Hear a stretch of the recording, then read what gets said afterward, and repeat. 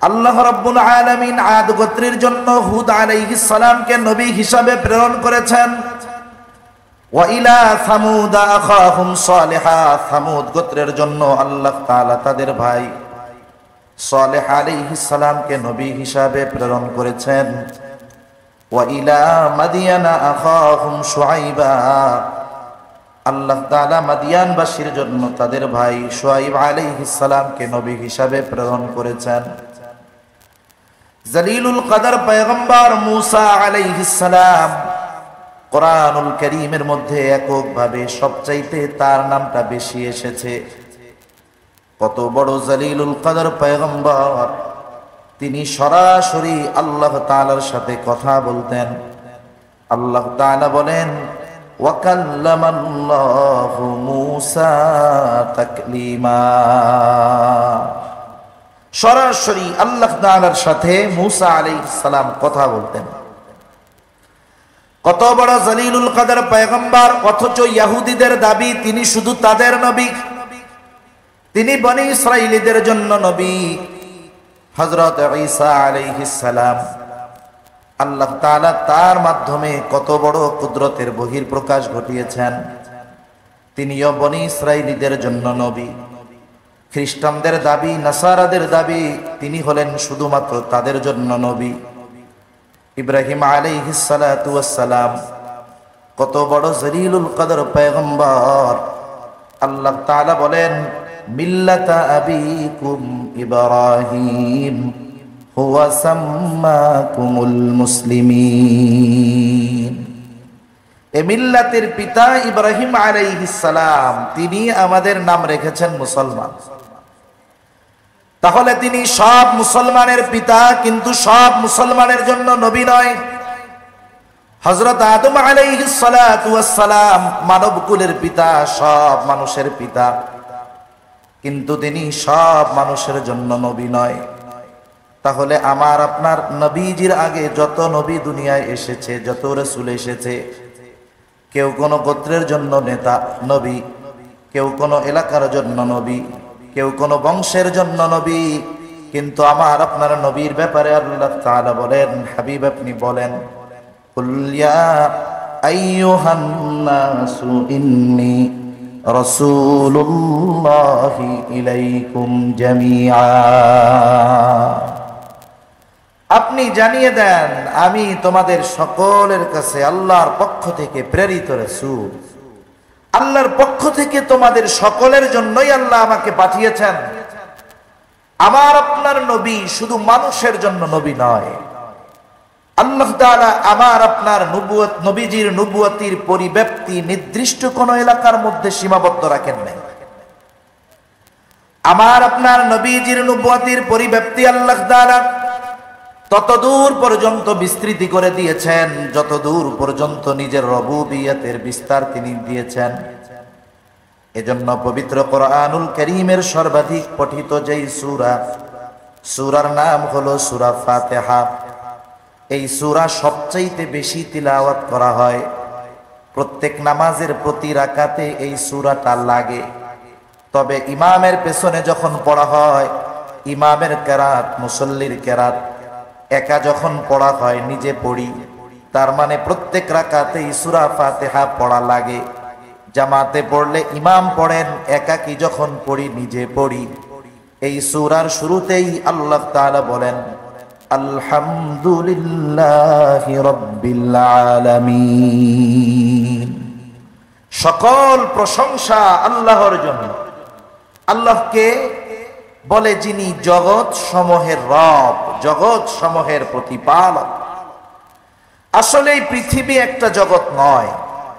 মহাকাশ নিয়ে যারা গবেষণা করে, মাঝে মধ্যে দেখবেন তারা যখন নতুন কোন জগতের বা গ্রহের সন্ধান পায়, এটা ফলাও করে আন্তর্জাতিক মিডিয়াগুলো প্রচার করে যে নাসা এত কিলোমিটার দূরে নতুন এক জগতের সন্ধান পেয়েছে।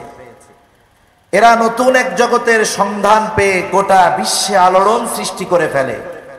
অথচ আমার আপনার মালিক ১৫০০ বছর আগে এই দুনিয়ায় কোরআন নাজিল করে জানিয়ে দিয়েছেন যে এ জগৎ শুধু একটি নয়, আরো অগণিত জগৎ আল্লাহ তাআলা সৃষ্টি করে রেখেছেন। সুবহানাল্লাহ। এজন্য তাদের এই নতুন নতুন জগৎ আবিষ্কারে বাস্তবে অবাক হওয়ার কোনো কিছু নাই, কারণ তারা আবিষ্কার করার বহু আগে এই জগৎগুলোর অস্তিত্বের ঘোষণা আল্লাহ তাআলা আমাদেরকে দিয়ে দিয়েছেন। শুধু তাই না, এই প্রথম আসমানের নিচে এত জগৎ আছে যে নাসা সহ পৃথিবীর যত বিজ্ঞান গবেষণা, মহাকাশ গবেষণা কেন্দ্র আছে, এরা যদি শত শত বছরও রিচার্জ করে, গবেষণা করে, প্রথম আসমানের নিচে কত জগৎ আছে, গ্রহ আছে, এর হিসাব তারা বাহির করতে পারবে না। সুবহানাল্লাহ। এরকম অগণিত জগৎ আল্লাহ তাআলা সৃষ্টি করে রেখেছেন। যত জগৎ আছে সব জগতের রব, প্রতিপালক হলেন আল্লাহ। যেই আল্লাহ সকল জগৎ সমূহের রব, সকল জগৎ সমূহের পরিচালক, যেই আল্লাহ সকল জগৎ সমূহের প্রতিপালক, তিনি আমার আপনার নবীর ব্যাপারে বলেন, ওয়ামা আরসালনাকা ইল্লা রাহমাতাল লিল আলামিন। আল্লাহ রাব্বুল আলামিন আমার আপনার নবীকে বলেন, আমি আপনাকে জগৎ সমূহের জন্য রহমত হিসাবে প্রেরণ করেছি। তার মানে যত জগৎ আছে সব জগতের রব, প্রতিপালক হলেন আল্লাহ। যত জগৎ আছে সব জগতের জন্য রহমত হলেন মুহাম্মাদুর রাসূলুল্লাহ সাল্লাল্লাহু আলাইহি ওয়াসাল্লাম। এই সৃষ্টি জগতে একটা ইঞ্চি জায়গা নাই যেই জায়গার রব আল্লাহ তাআলা নন। একটা ইঞ্চি জায়গা সৃষ্টি জগতের কোথাও নাই। অনুরূপ ভাবে সৃষ্টি জগতের মধ্যে একটা ইঞ্চি জায়গা কোথাও নাই যেই জায়গার রহমত মুহাম্মাদুর রাসূলুল্লাহ সাল্লাল্লাহু আলাইহি ওয়াসাল্লাম নন। তার মানে আল্লাহ তাআলা আমার আপনার নবীজির নবুয়তির বিস্তৃতি কত দূর দিয়েছেন, নিজের রবুবিয়তের বিস্তৃতি যত দূর, আমার আপনার নবীজির নবুয়তির বিস্তৃতি আল্লাহ তাআলা তত দূর পর্যন্ত দিয়েছেন। যেই জায়গার রব আল্লাহ, ওই জায়গার নবী মুহাম্মাদুর রাসূলুল্লাহ সাল্লাল্লাহু আলাইহি ওয়াসাল্লাম। এজন্য কবি কত সুন্দর কথা বলেন, রবুবিয়ত खुदा की है जहाँ तक, नबुवती मुस्तफा की है वहाँ तक। তাহলে আমার আপনার নবী নির্দিষ্ট কোন জাতি গোষ্ঠীর জন্য নবী নয়, নির্দিষ্ট কোন এলাকার জন্য নবী নয়। আমার আপনার নবী হলেন গোটা সৃষ্টি জগতের জন্য নবী। বলেন তো, এই বিশেষ গুণ আমার আপনার নবীর আগে আল্লাহ তাআলা কাউকে দিয়েছেন? দেন নাই। তাহলে গোটা সৃষ্টি জগতের জন্য অনুসরণীয়, অনুকরণীয় হওয়ার জন্য যেই বিশেষ গুণাবলীগুলো দরকার, তার মধ্যে এক নাম্বার, তিনি গোটা সৃষ্টি জগতের জন্য প্রেরিত হবেন। আর আমার আপনার নবী গোটা সৃষ্টি জগতের জন্য নবী, কুল কায়নাতের জন্য নবী। দুই নাম্বার, তার জীবনটা হবে বহুমুখী জীবন। তার মানে তার জীবনে মানব জীবনের প্রতিটা দিক খুঁজে পাওয়া যাবে, প্রত্যেকটা বিষয় তার জীবন থেকে নেওয়া যাবে। কিন্তু আমার আপনার নবীর আগে যত নবী এসেছে, এক নবীর জীবন থেকে প্রত্যেকটা দিক মানুষের জন্য গ্রহণ করা সম্ভব নয়। একটা মানুষ তার গোটা জীবনে অনেকগুলো দিক থাকতে পারে। যেমন একটা মানুষ বিচারক হতে পারে, একটা মানুষ রাষ্ট্র পরিচালক হতে পারে, একটা যুবক স্বামী হতে পারে, এক সময় বৃদ্ধ হবে, সে শ্বশুর হতে পারে, দাদা নানাও হতে পারে, এক সময় সে রাষ্ট্র পরিচালক হতে পারে। এক কথায় মানুষের যত দিক আছে, পরিচয় আছে, সে যদি ওই পরিচয়টায় আদর্শবান হতে চায়, তাহলে রাসূলুল্লাহ সাল্লাল্লাহু আলাইহি ওয়াসাল্লামের জীবন আদর্শের মধ্যে সেটা সে খুঁজে পাবে। যেমন মনে করেন একজন ব্যক্তি চিন্তা করলো, আমি আদর্শ স্বামী হব। আদর্শ স্বামী হওয়ার জন্য সে চিন্তা করলো, আমি অনুসরণ করব ঈসা আলাইহিস সালামকে। বাস্তবতা হলো কেউ যদি আদর্শ স্বামী হওয়ার জন্য ঈসা আলাইহিস সালামের জীবন আদর্শ থেকে আদর্শ স্বামীর গুণাবলী গ্রহণ করতে চায়, এটা সম্ভব নয়। কেন? কারণ উনি যতদিন এই দুনিয়াতে ছিলেন, আল্লাহ তাআলা ওনাকে আসমানে উঠিয়ে নিয়ে যাওয়ার আগ পর্যন্ত ঈসা আলাইহিস সালাম এই সময়টাতে বিবাহই করেন নাই। তাহলে যিনি বিবাহই করেন নাই, তার থেকে আদর্শ স্বামী হওয়ার গুণ কোথায় পাওয়া যাবে? যাবে না। এখন কেউ যদি চিন্তা করে আমি একজন শাসক হয়েছি, আমি আদর্শ শাসক হব, তাহলে এক কাজ করা যায়, এই আদর্শ শাসকের গুণাবলী আমি মূসা আলাইহিস সালামের থেকে গ্রহণ করব। বাস্তবতা হলো মূসা আলাইহিস সালাতু ওয়াস সালাম বিশাল এক জামাতের নেতা ছিলেন, বনি ইসরাইলীদের নবী ছিলেন, কিন্তু উনি রাষ্ট্রকার্য পরিচালনা করেন নাই। এই জন্য কেউ যদি আদর্শ রাষ্ট্র পরিচালকের গুণ মূসা আলাইহিস সালাম থেকে গ্রহণ করতে চায়, এটা সম্ভব নয়, কারণ উনি রাষ্ট্র পরিচালক ছিলেন না। এখন যদি কেউ চিন্তা করে আমি আদর্শ বিচারক হব, আদর্শ বিচারক হওয়ার জন্য আমি কার আদর্শ গ্রহণ করব? উনি চিন্তা করলেন আমি আদম আলাইহিস সালাম থেকে আদর্শ বিচারকের গুণ অর্জন করব। তাহলে দেখা যাবে আদর্শ বিচারকের গুণ তিনি আদম আলাইহিস সালাতু ওয়াস সালাম থেকে পাবেন না। কিন্তু তিনি যদি আদর্শ বিচারক, আদর্শ রাষ্ট্রপ্রধান, আদর্শ শাসক, আদর্শ স্বামী, আদর্শ সেনাপতি, এক কথায় মানব জগতের যতগুলো দিক আছে প্রত্যেকটা দিকে সে যদি আদর্শ আচরণ, আদর্শ অর্জন করতে চায়, নবীজির জীবনীর মধ্যে যদি সে তালাশ করে, মানব জীবনের প্রত্যেকটা দিকের উত্তম আদর্শ নবীজির জীবন থেকে গ্রহণ করা যাবে। তাহলে আমার আপনার নবীজির জীবন একমুখী নয়। আবার এমন হতে পারে যে চিন্তা করতে পারি যে সুখের সময় তো কি করতে হবে বুঝলাম, কিন্তু দুঃখের সময় কি করব? যখন কষ্ট, ক্লেশ, বিপদ আপদ, বালা মুসিবত আসবে তখন কি করণীয়? আমি আপনি যদি নবীজির জীবনীর দিকে তাকাই, তাহলে কষ্ট ক্লেশ যখন ছিল, মুসিবত যখন ছিল, চতুর্দিকে শত্রুতাকে বেষ্টিত করে রেখেছিল, ওই অবস্থায় তিনি কেমন ভাবে জীবন পরিচালনা করেছেন এটা নবীর থেকে পাওয়া যাবে। নবীজি আনন্দের সময় কেমন ভাবে জীবন অতিবাহিত করেছেন নবীজির থেকে পাওয়া যাবে। এক কথায় আমার আপনার নবীজির জীবন একমুখী নয়, আমার আপনার নবীজির জীবন বহুমুখী। আমার আপনার নবী শুধু মসজিদে নববীর মধ্যে ইমামতি করেন নাই, আমার আপনার নবীজি মসজিদে নববীর ভিতরে বসে রাষ্ট্র পরিচালনাও করেছেন, ঠিক কিনা বলেন? সেজন্য একটা মানুষ যদি জীবনের প্রতিটা দিক নবীজির জীবন থেকে গ্রহণ করতে চায়, নবীজির সিরাত অধ্যয়ন করলে এটা পাওয়া সম্ভব। তাহলে 2 নম্বর বিষয়টা হলো, যিনি গোটা সৃষ্টি জগতের জন্য অনুসরণীয়, অনুকরণীয় হবেন, তার জীবনটা একমুখী হবে না, তার জীবনটা বহুমুখী হবে।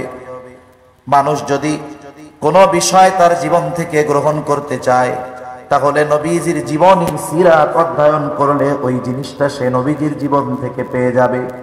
এই রকম বহুমুখী জীবন আল্লাহ তাআলা একমাত্র আমার আপনার নবী মুহাম্মদুর রাসূলুল্লাহ সাল্লাল্লাহু আলাইহি ওয়াসাল্লামকেই দান করেছেন।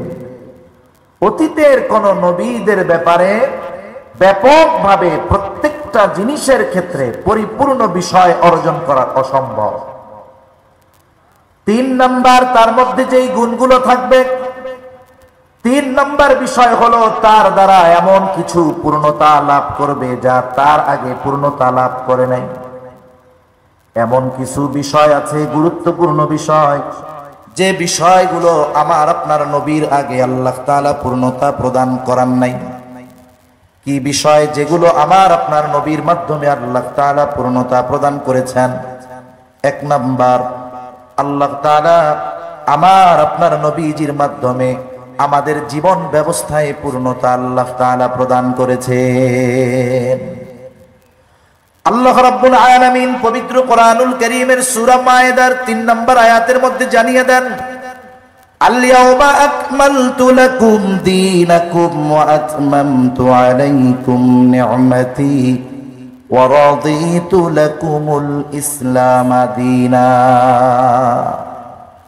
এই আয়াতের তাফসীরের মধ্যে এসেছে একজন ইহুদি খলিফাতুল মুসলিমিন হযরত ওমর রাদিয়াল্লাহু তাআলা আনহুর কাছে এসেছেন।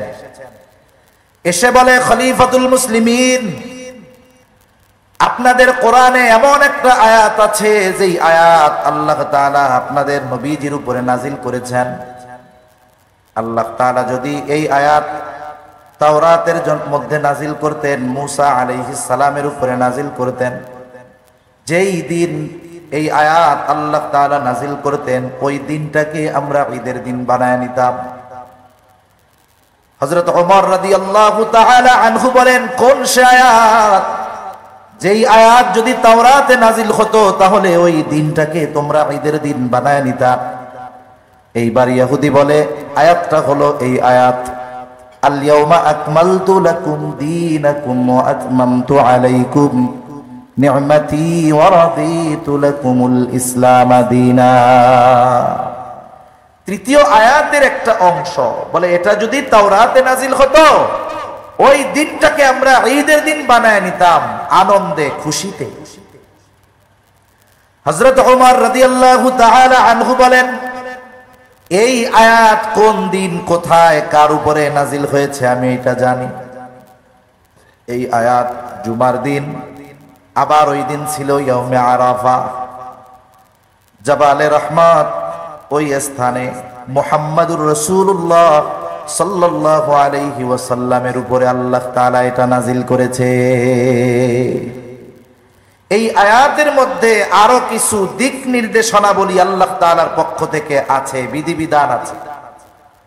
মুফাসসিরিনে কেরাম বলেন, আল্লাহ তাআলা এই আয়াত নাজিল করার অন্যতম কারণ ইসলামের জন্য যত বিধিবিধান বিধিনিষেধ প্রয়োজন ছিল এই পর্যন্ত মোটামুটি সব কিছু আল্লাহ তাআলার পক্ষ থেকে নাজিল হয়ে গেছে।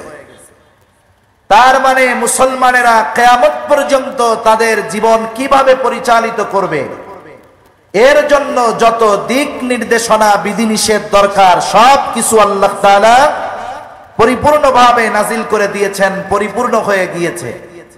এই জন্য আল্লাহ তাআলা দিন পরিপূর্ণতার ঘোষণা দিয়েছেন। আল্লাহ কি বলেন? আল্লাহ তাআলা বলেন, আল-ইয়াওমা আকমালতু লাকুম দীনাকুম, আজকে আমি তোমাদের জন্য তোমাদের দিন তথা জীবন ব্যবস্থাকে পরিপূর্ণ করে দিলাম।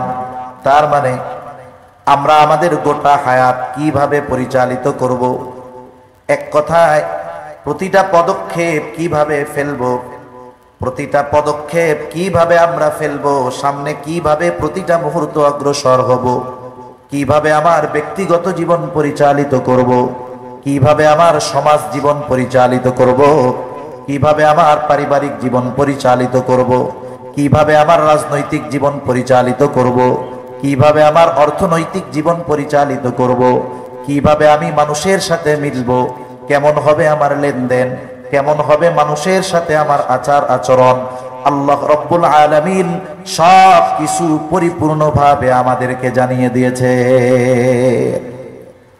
মানব জীবনের এমন একটা দিক নাই যেই দিক কোরআন এবং হাদিসের মধ্যে বর্ণিত নাই, এমন একটা বিষয় নাই যেই বিষয়ের সমাধান কোরআন সুন্নাহর মধ্যে নাই। ইসলাম আমাদেরকে পরিপূর্ণ এক জীবন ব্যবস্থা দিয়েছে। কেউ যদি এ কথা বলতে চায় ইসলাম এই পৃথিবীর অমুক অমুক জায়গায় সমাধান দিতে পারে নাই, কেউ যদি এই কথা বলে আর বিশ্বাস করে নিঃসন্দেহে সে বেঈমান, কোনো সন্দেহ নাই। মূলত এ কথা বলে বলেই এই পৃথিবী থেকে ইসলামী অনুশাসন, ইসলামী আইন বাস্তবায়নের ভয় মানুষের অন্তরের মধ্যে ঢুকিয়ে দেওয়া হয়। বলা হয় ইসলামী শাসন ব্যবস্থা যদি প্রতিষ্ঠিত হয়ে যায় মানুষ স্বাধীনতা পাবে না, ইসলামী জীবন ব্যবস্থা যদি প্রতিষ্ঠিত হয়ে যায়, ইসলামী আইন যদি বাস্তবায়ন হয়ে যায় তাহলে মানুষ স্বাধীনভাবে চলাচল করতে পারবে না। আসলে বাস্তবতা হলো ইসলামী শাসন ব্যবস্থা যদি প্রতিষ্ঠিত হয়, ইসলাম বিদ্বেষী, বাটপার, দুর্নীতিবাজ আর জালেমরাই মূলত এই পৃথিবীতে টিকতে পারবে না। কখনো চোর চায় না যে চুরির অপরাধ শাস্তিটা কোরআন সুন্নাহর আলোকে দেওয়া হোক, কারণ চোর জানে শরঈ আইন যদি বাস্তবায়ন হয়ে যায়, এখন তো লক্ষ লক্ষ ডলার চুরি করে পার পাওয়া যায়, তখন আর পার পাওয়া যাবে না, হাত কাটা যাবে। ঠিক কিনা বলেন? যেগুলো ব্যভিচার, ধর্ষণের সাথে জড়িত, এরা কখনো চায় না ধর্ষণের শাস্তিটা ইসলামী আইন অনুসারে হোক। কেন? কারণ দেখা যাবে শাস্তি যদি প্রয়োগ হয়, ওই ধরনের চিটিংবাজ বাটপাররাই আগে শাস্তির মুখোমুখি হবে। কিন্তু যারা পরিপূর্ণ নিরাপত্তা চায়, যারা পরিপূর্ণভাবে শান্তিতে বসবাস করতে চায়, যারা ইনসাফ চায়, যারা ন্যায় পরায়ণতা চায়, যারা ন্যায় বিচার চায়, যারা মানবতার হক চায়, যেই মানুষগুলো তাদের ন্যায্য অধিকার বুঝে পেতে চায়, তারাই চায় ইসলামের মাধ্যমে, কোরআন সুন্নাহর মাধ্যমে গোটা পৃথিবী পরিচালিত হোক। ঠিক কিনা বলেন? সেজন্য আমরা ইসলামী অনুশাসন পাচ্ছি না, এটা আমাদের দুর্ভাগ্যের ব্যাপার। কিন্তু এজন্য একথা বলার সুযোগ নাই যে ইসলামী আইন বাস্তবায়ন হলে এই পৃথিবী পিছিয়ে যাবে। এটা নিঃসন্দেহে মিথ্যা এবং একটি ভ্রান্ত চিন্তা। ঠিক কিনা বলেন? তাহলে আল্লাহ তাআলা আমাদের দ্বীন তথা জীবন ব্যবস্থাকে পরিপূর্ণ করে দিয়েছে। এরপর আল্লাহ রাব্বুল আলামিন বলেন, وَأَتْمَمْتُ عَلَيْكُمْ نِعْمَتِي وَرَضِيتُ لَكُمُ الْإِسْلَامَ دِينًا। আল্লাহ তাআলা বলেন, وَأَتْمَمْتُ عَلَيْكُمْ نِعْمَتِي, আর তোমাদের উপর আমি আমার নিয়ামত সমূহকে পরিপূর্ণ করে দিলাম। وَرَضِيتُ لَكُمُ الْإِسْلَامَ دِينًا, এবং তোমাদের জন্য ইসলামকেই দিন হিসাবে মনোনীত করলাম। তাহলে 3 নম্বর পয়েন্টে যে কথা আমরা বলতেছিলাম, যে যিনি সমগ্র সৃষ্টি জগতের জন্য অনুকরণীয়, অনুসরণীয় তথা আইডল বা আদর্শ হবেন, তার মধ্যে অন্যতম গুণ থাকবে যে তার দ্বারা আল্লাহ তাআলা এমন কিছু বিষয়ের পূর্ণতা প্রদান করবেন যা তার আগে পূর্ণতা লাভ করে নাই। তাহলে আমার আপনার নবীর দ্বারা 1 নম্বরে পূর্ণতা লাভ করেছে দ্বীন। বলেন তো, আমার আপনার নবীর আগে কোন নবীর মাধ্যমে দ্বীনকে আল্লাহ তাআলা পরিপূর্ণতার ঘোষণা দিয়েছেন? দেন নাই। তাহলে 1 নম্বর, আমার আপনার নবীর মাধ্যমে আল্লাহ তাআলা দ্বীনকে পরিপূর্ণতা দিয়েছেন। 2 নম্বর, আমার আপনার নবীর মাধ্যমে আল্লাহ তাআলা নিয়ামতের পূর্ণতা প্রদান করেছেন। যেই বাক্যের মধ্যে দ্বীন পরিপূর্ণতার ঘোষণা আল্লাহ তাআলা দিয়েছেন, ওই বাক্যের মধ্যেই নিয়ামত পরিপূর্ণতার ঘোষণা আল্লাহ তাআলা দিয়েছেন। কারণটা কি? বুজুর্গানে দ্বীন বলেন, এখানে একটা বিষয় তো বোঝাই যায়, যেখানেই পরিপূর্ণ দ্বীন সেখানেই আল্লাহ তাআলার পক্ষ থেকে পরিপূর্ণ নিয়ামত। এ বিশ্ববাসী যতটুকু নিয়ামত আমরা আল্লাহ তাআলার পক্ষ থেকে পাচ্ছি, হাজারো পাপাচার, অনাচার, অবিচার, এত কিছুর পরেও, নাফরমানির পরেও যেই পরিমাণ নিয়ামত আল্লাহ তাআলা আমাদেরকে দেন, আমরা যদি লক্ষ বছর হায়াত পাই, এই পাপাচারের পরে যেই নিয়ামত আল্লাহ আমাদেরকে দিচ্ছেন, ওই নিয়ামতের শুকরিয়া লক্ষ বছর হায়াত পেলেও আদায় করা অসম্ভব। তাহলে আমরা যদি পরিপূর্ণ দ্বীন মানতাম, তাহলে কি পরিমাণ নিয়ামত আল্লাহ তাআলা আমাদেরকে দিতেন। আল্লাহ রাব্বুল আলামিন পরিপূর্ণ দ্বীন যদি আমরা মানতে পারতাম, আল্লাহ তাআলা তো আমাদের জন্য আসমান এবং জমিনের বরকতের দরজাগুলো খুলে দিতেন। যেমন এক জনপদের ব্যাপারে আল্লাহ তাআলা বলেন, ওয়ালাউ আন্না আহলাল কুরা আমানু ওয়াত্তাকাউ লাফাতাহনা আলাইহিম বারাকাতিম মিনাস সামাই ওয়াল আরদ। আল্লাহ রাব্বুল আলামিন বলেন, লাউ আন্না আহলাল কুরা আমানু ওয়াত্তাকাউ, ওই জনপদের অধিবাসীরা যদি ঈমান আনতো আর আল্লাহ তাআলাকে ভয় করত, আল্লাহ কি করতেন? আল্লাহ বলেন, লাফাতাহনা আলাইহিম বারাকাতিম মিনাস সামাই ওয়াল আরদ, আমি তাহলে তাদের জন্য অবশ্যই আসমান এবং জমিনের বরকতের দরজা সমূহ খুলে দিতাম। তাহলে বোঝা যাচ্ছে যে পরিপূর্ণ দ্বীনি অনুশাসন যদি মেনে চলা যায়, রাষ্ট্রীয়ভাবে যদি দ্বীন পরিপূর্ণ প্রতিষ্ঠিত হয়, তাহলে গোটা রাষ্ট্রের মানুষ সুফল ভোগ করবে। রাষ্ট্রীয়ভাবে যতক্ষণ না সম্ভব হচ্ছে, ততক্ষণ প্রত্যেকটা ব্যক্তিকে নিজ উদ্যোগে পরিপূর্ণ দ্বীন মেনে চলতে হবে। আমি আপনি যদি নিজে পরিপূর্ণ দ্বীন মেনে চলি, আশা করা যায় আল্লাহ তাআলা আমাদেরকে প্রতিদান দিবেন না, এমনটা হতে পারে না। যদি সাম্প্রতিক সময়ে দ্বীন মেনে চলার দ্বারা কি উপকার লাভ করা যায়, এই বিষয়টা যদি প্র্যাকটিক্যাল আমরা দেখতে চাই, তাহলে আমাদেরকে তাকাতে হবে যেই ভূখণ্ডে, যেই জমিনে, যেই দেশে এই পৃথিবীর অন্যতম পরাশক্তি আমেরিকা শুধু একা নয়, তার বন্ধুদেরকে নিয়ে ন্যাটো শক্তি সম্মিলিতভাবে গড়ে আমেরিকা আর গোটা ইউরোপ বললে চলে, একত্রে প্রায় 2 যুগ একটা দেশের উপরে নির্বিচারে জুলুম, অত্যাচার, নিপীড়ন জারি রেখেছে। সেই দেশটার নাম হলো আফগানিস্তান।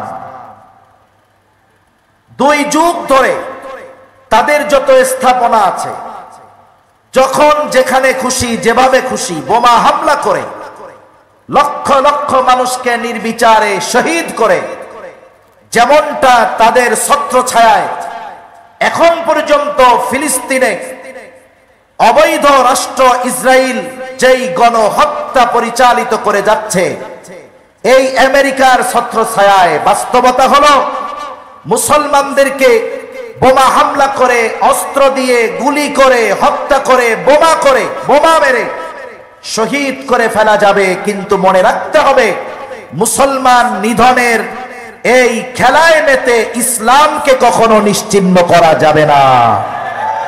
মনে রাখতে হবে, অনেক সময় একেবারে অনুর্বর জমিনে পানি পড়ার কারণে ওই জমিনেও এক সময় গাছ গজিয়ে ওঠে। অনুরূপভাবে মুসলমানদের রক্ত যেই জমিনে পতিত হয়, মুসলমানদের রক্ত যেই জমিনে পড়ে, আজ অথবা কাল ওই ভূখণ্ডে আল্লাহ তাআলা পরিপূর্ণভাবে ইসলামকে প্রতিষ্ঠিত করে ছাড়বেন ইনশাআল্লাহ।